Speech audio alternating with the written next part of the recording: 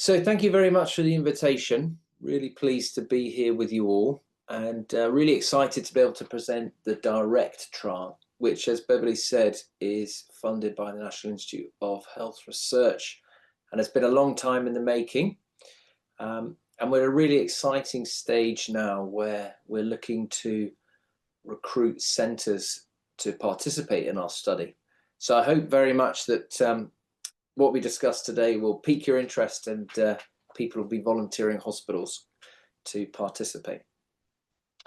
Okay, so let me start a little bit with the background. For those of you that don't live and breathe fractures, hip fracture is a really common problem actually in the UK. It's the most common cause of you to be admitted to hospital with an orthopedic problem in the UK. So we treat about 70,000 people across England, Wales and Scotland every year with a hip fracture. And the reason that it's important for us here today is that it's one of the highest risk operations that we perform in terms of the post-operative and perioperative VTE risk. So it's very much higher than elective hip replacement, which some of you may well be familiar with, because many of these patients have a lot of comorbidities. And when we look at what's being done in real-world UK practice, we see that there's two standout VTE prevention drugs in use. By far and away the most common, about 4 out of 5 people with a hip fracture will receive a low molecular weight heparin, and that'll be done in accordance with a NICE guidance. So that's extended duration, approximately 1 month after hip fracture surgery. There are a few stalwart centres, about a fifth of hospitals will treat people with aspirin. And that's based upon some very old data and perhaps people's biases about the use of heparins and other anticoagulants in these higher risk groups. And we can perhaps talk about some of that old evidence, the PEP trial and other trials. But when we came together and I first met many of the people on the call today, when we wrote the NICE guidance update, actually there's really very limited data to support best practice for this group of patients. And so if you read the NICE guidance, we defaulted to an extended duration low molecular weight heparin, but there was a research recommendation issued by NICE and prioritizing this group because it's so big. And that enabled us to successfully get to the point of a commissioned call from NIHR. And the commissioned call really is what DIRECT will deliver, and that's to try and generate a trial comparing these two treatments that are in current practice, and to do a very pragmatic design. So we can find several trials which are very pure, recruiting patients that are not on any other anticoagulant, who don't have any other particular risks and not many comorbidities, and we can do a very true, narrow efficacy trial, and those have already been done. What we don't know is how does that efficacy play out in the real world of the very complex hip fracture patient, many of whom are already taking antiplatelet drugs for cardiovascular disease, and many of whom are also now coming into hospital on a long duration anticoagulant for cardiovascular or cerebrovascular disease.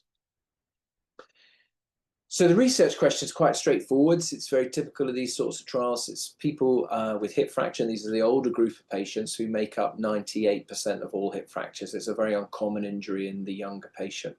And we want to test two things. Is it safe and is it effective to use low molecular weight heparin or aspirin in preventing VTE thromboembolic events, so venous thromboembolism? But we're also thinking about as well as blood clots, we're thinking about the bleeding risk, and that's where the safety angle comes in. And so we have two objectives, which is a little unusual for this type of trial.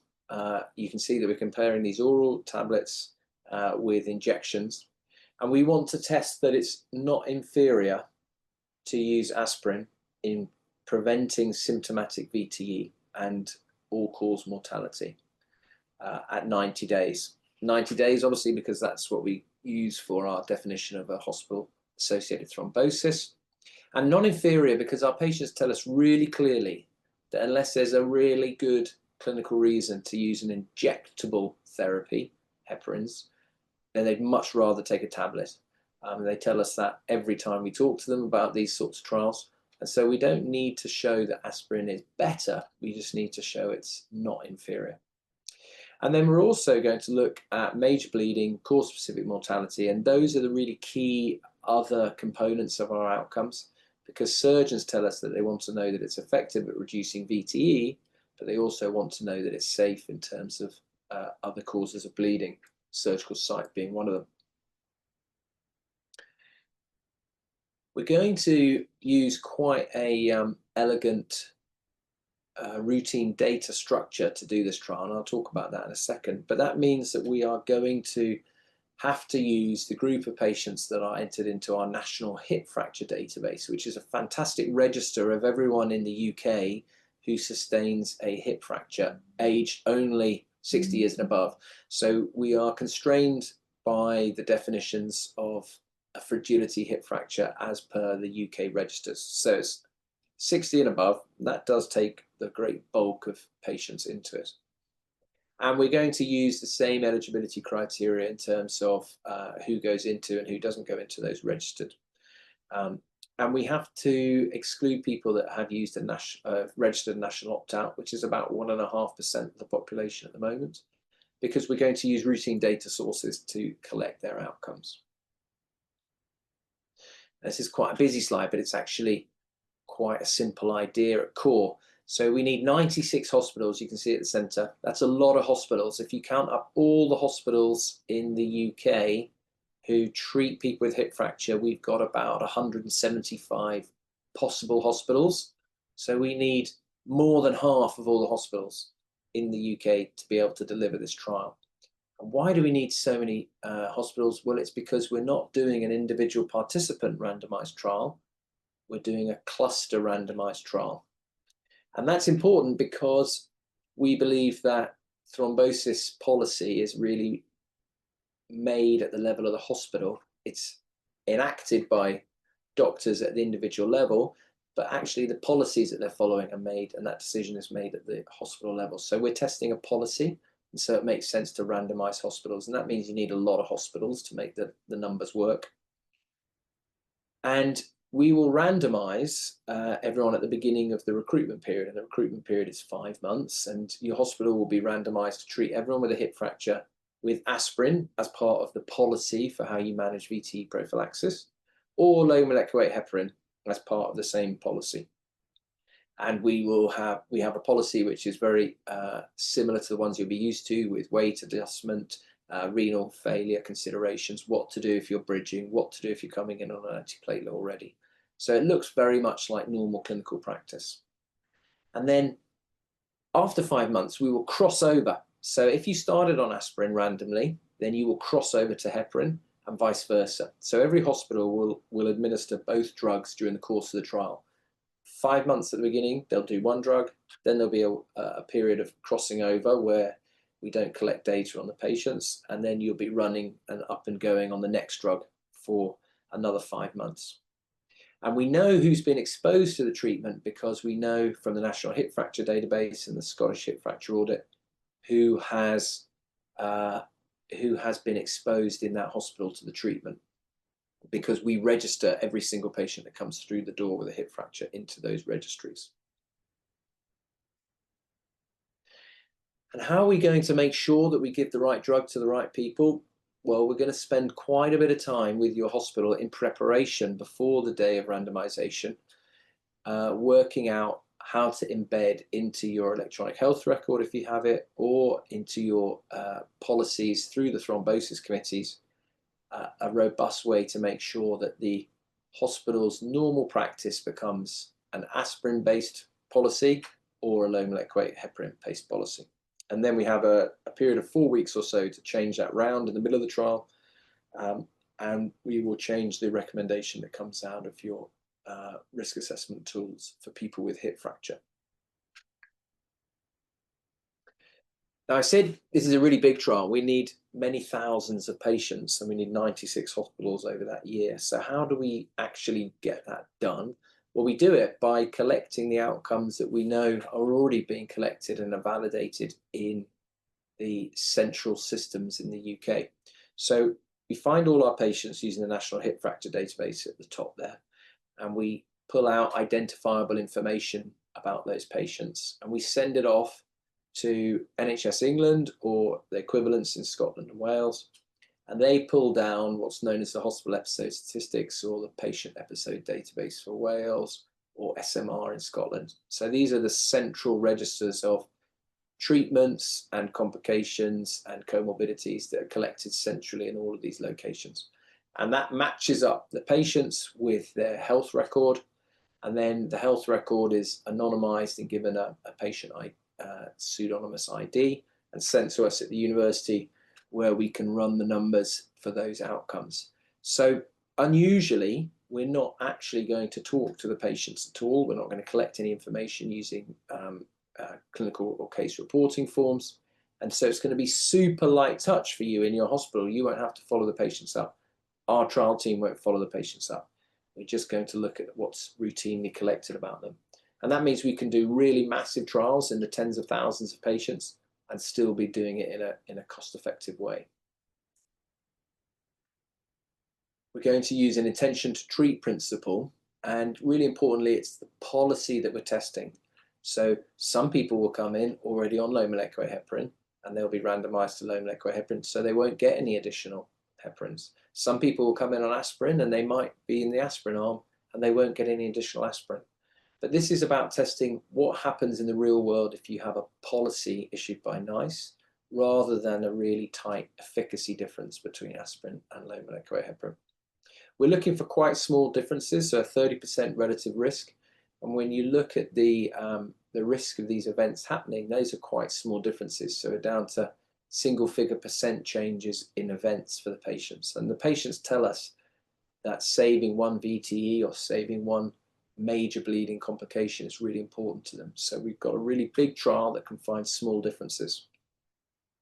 And then we have a number of subgroup and sensitivity analyses where we'll be testing to see whether it's consistent across different types of patients and across different types of hospitals in the UK. We'll be doing two different types of health economic analyses, which is really important for the NHS. The first is what I call a directly observed. These are actual differences that we can observe in the data out to 90 days. And we're going to be comparing the costs and the resource use, again, using the central registers of readmissions and healthcare use. That information comes essentially directly from the trial data set. But as everyone knows on the call here, there's a lot of downstream events that happen after 90 days as a consequence of both VTE, whether that be peripheral venous disease, particularly in the legs, whether it be pulmonary hypertension, or indeed late death from complications. And that's also the same on the bleeding arm, where you might be readmitted for revision surgery or for control of a GI bleed or a stroke, for example.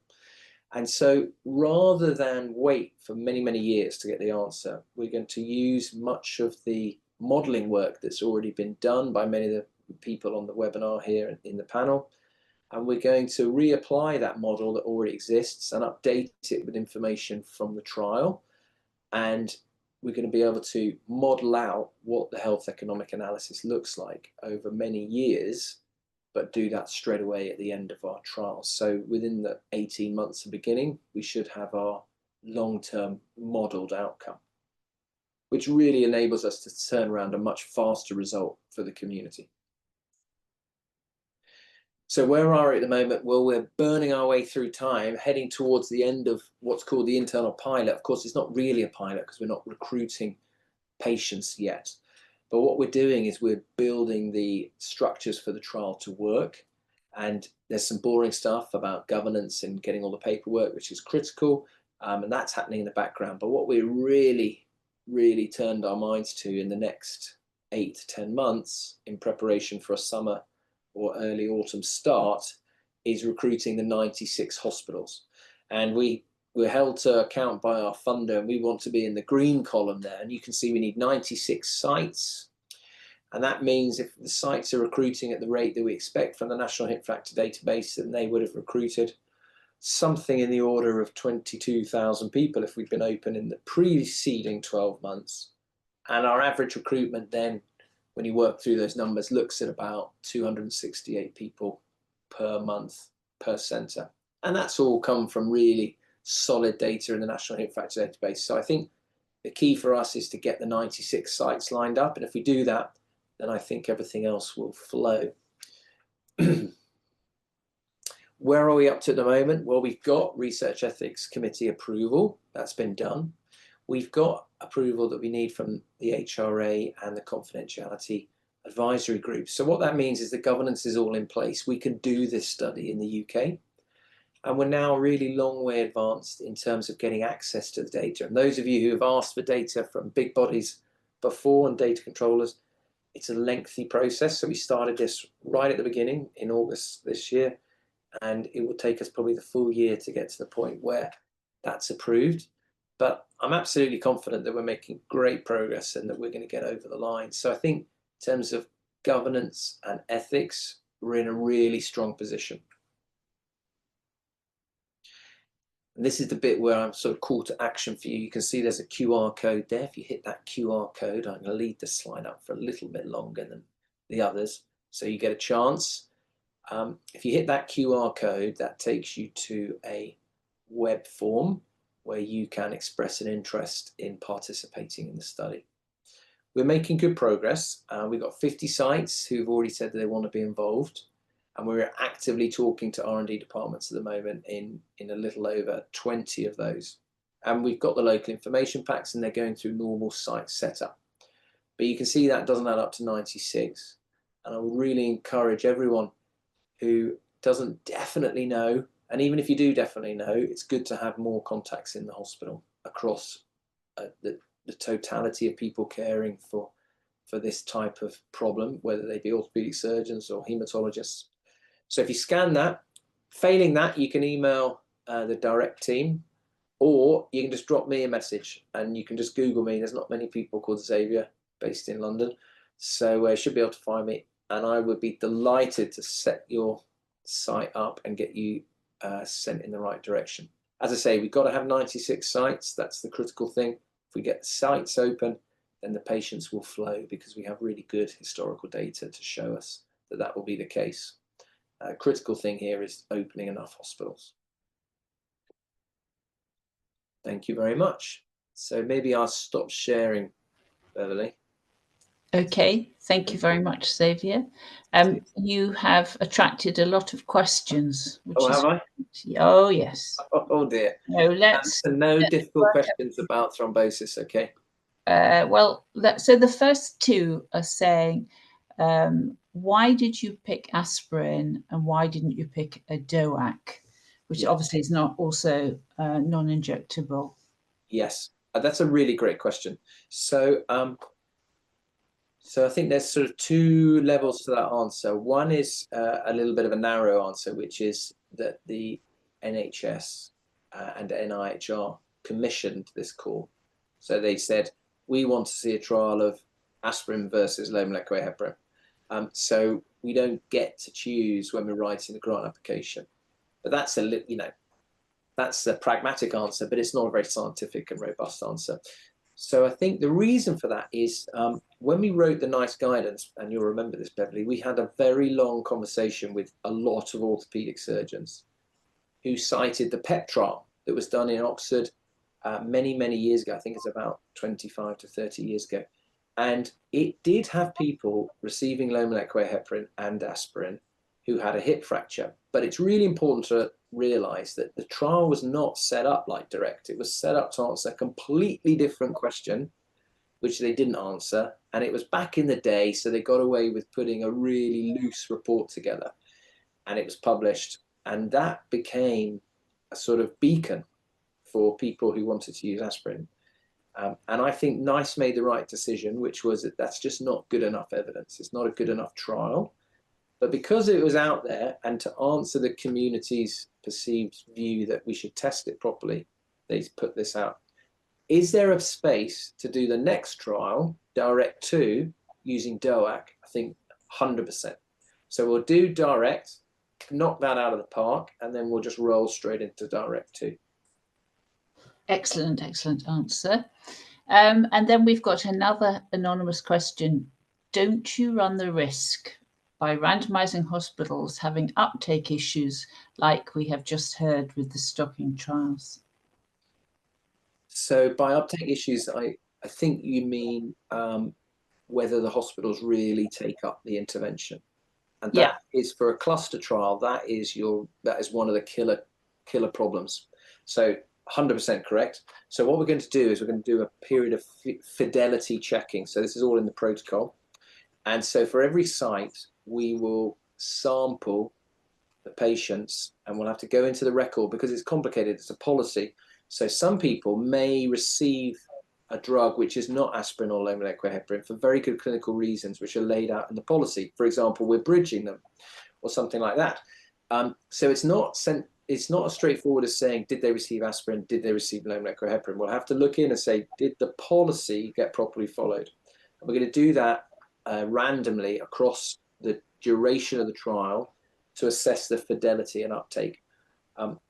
So I hope the fidelity will be good. The way we're going to try and really drive that to be good is before we open over the next 10 months, we're going to try and give as many decision support tools in the electronic health record. We're going to spend lots of times with the thrombosis committees, really explaining what's going on and figuring out at a hospital to hospital level, what do we need to do so that when the trial starts, your hospital actually uses this policy, not just says this is the policy, but actually on the ground gets working. Okay, next question. Aspirin throughout VTE prophylaxis trials has varying doses. Are you instructing the centres on dosage? How do you choose dosage? As everyone knows, I did what Beverly told me to do. So we are reproducing the dose that's reasonable in the UK, which is 100 milligrams. We're not dose adjusting aspirin. We're dose adjusting low molecular heparin. I can share with everybody wonderful flow diagrams for how we are going to instrument the policy. The policy is quite complex because there's a lot of things to factor in, and we've tried to include all of those things in the policy documents. Okay, I think you mean 75 was your 10. Oh, sorry, 75. I've just come back from America. So come back from America, so you've been thinking 100. Okay. We did talk 75 and 150. Yeah. Okay, and then the last one. Aspirin is not standard thromboprophylaxis following hip fracture surgery as per NICE NG 89, not in any UK guidance. That is correct. Yes, but that's the whole point of the research, isn't it? That's the point of the trial, and I think we we are confronting this. I'm not sure where the question is based. We are confronting this, I think, increasingly, and it makes me, outside of direct, it makes me a little concerned. I think we've got to be realistic that NICE is best practice as per the evidence that exists, and so outside of a trial, taking on board the NICE guidance through your thrombosis committee and using good, robust, evidence-based policies for managing patients is clearly the right thing to do. But it's not the be-all and end-all, and it might not be the right recommendation, and we won't move the field forwards unless we are prepared to do further research. And so in the setting of a robust national NIHR-funded trial, when we get to the point of having those funded, we must participate in doing those trials in order to benefit patients. For example, in pregnancy, we have no data at the moment because we're not doing the trials. So we shouldn't just say, well, there's no data, let's just do what it says in the thing. We should try and do those trials. That does mean we need to accept that we are exposing our patients to by definition, non-guideline treatments. But I think that's to their benefit, not to their detriment. Okay. Actually, aspirin is one of the things that has been trialled in pregnancy. We've got the CLASS trial showing us it reduces preeclampsia and further studies showing what the dose might be. Right, we've got more questions. What is the advice for thromboprophylaxis for patients who've already been on an antiplatelet therapy with clopidogrel? So they've arrived in the hospital on clopidogrel. What do you want them to do? Now, I would, being a good orthopedic surgeon, follow my guidance. So I flick open my guidance. But from memory, if you come in on an antiplatelet and you're going to a hospital that's currently allocated to giving aspirin, we're not going to double up the antiplatelets. So if you come in on aspirin, you come in on clopidogrel, and you're in an aspirin hospital at that time, you just stay on your existing treatment. If you're in a low molecular heparin hospital, you get aspirin and low molecular heparin, which is what happens right now for the majority of patients who come in with aspirin or clopidogrel from their cardiology team. You still give them low molecular heparin when they come in. So it depends which arm and in which hospital, and that's why this is a policy. It's not a drug treatment, because we're going to end up with some patients in the groups who receive 2 treatments, and that's not a failure of the trial. It's a recognition that people with hip fracture are not some idealized clinical trial population who don't take any other drugs, but they're actually a very comorbid group of people who may benefit from the coincidental treatment effects of aspirin or indeed low molecular heparin in terms of their other outcomes. Excellent. I think we'll bring it to a close now as we've come to the end of our time. There are some other questions in there, but I think you answered them in your talk. So thank you very much. We have to wish you huge luck in this study. Exactly. Okay, well, good luck, Xavier. And we're going to move on now to hearing about thromboprophylaxis in lower limb immobilization. And we have Professor Dan Horner from Manchester with us, who is leading the Tilly trial. Over to you, Dan.